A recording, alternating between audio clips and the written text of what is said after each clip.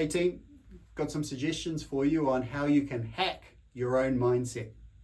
My 3 suggestions for that are: step number 1, education input versus entertainment input. So what's the ratio that's going on for you? If you're spending hours and hours and considerably more time on your entertainment, your Netflix, your surfing social media like Facebook, looking at all the cool stuff people are doing, LinkedIn all the time, that's all your entertainment components. That isn't supporting or helping you in your mindset, right? The input, the positive stuff, the podcasts you can listen to, the good books you can source, the good articles you can put in, that is impacting your mindset and your state. So that's hack number 1. What's my ratio?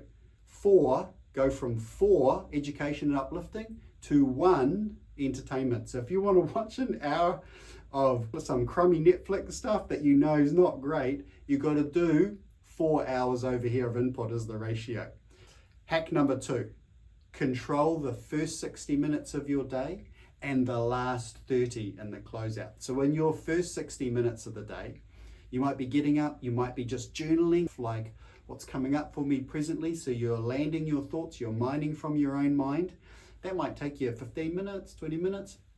You might be doing 15 or 20 minutes of stretching, of yoga, or some exercise. And then you might do some input, 20 to 30 minutes of some positive input. If you did that every day, that immediately has an impact on your mindset and your state, okay? Then we go to the end of the day, you're closing out. So ideally, the last hour or so, you're not having any social media, no screen time, no device time. That last 30 minutes, you might be positively reflecting on what were the wins for the day, right? What went well? You know, what did I do well with my kids, with my partner, with my family, with the dog? What was it? What did I do well in my work? Just a couple of thoughts. Yeah, I progressed that piece. I progressed that as well. And then 2 or 3 things that I'm going to try and progress tomorrow. So that's how you would set up the next day. If you've done that and reflected upon the things that have gone well before you've gone to sleep, that's impacting what's going on for you right while you're asleep. Okay, that's the second one. Now the third one.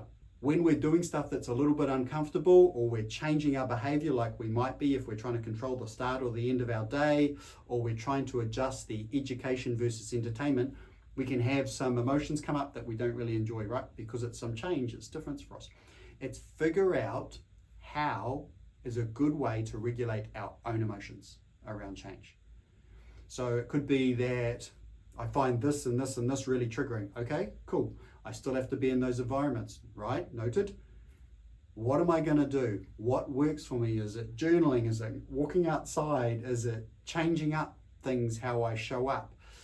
What am I going to do differently to figure out how to regulate my own emotions? Those are the 3 hacks I've got for you today. Education versus entertainment ratio, the opening of the day and the closing of the day, and what's the process for me in regulating my own emotions.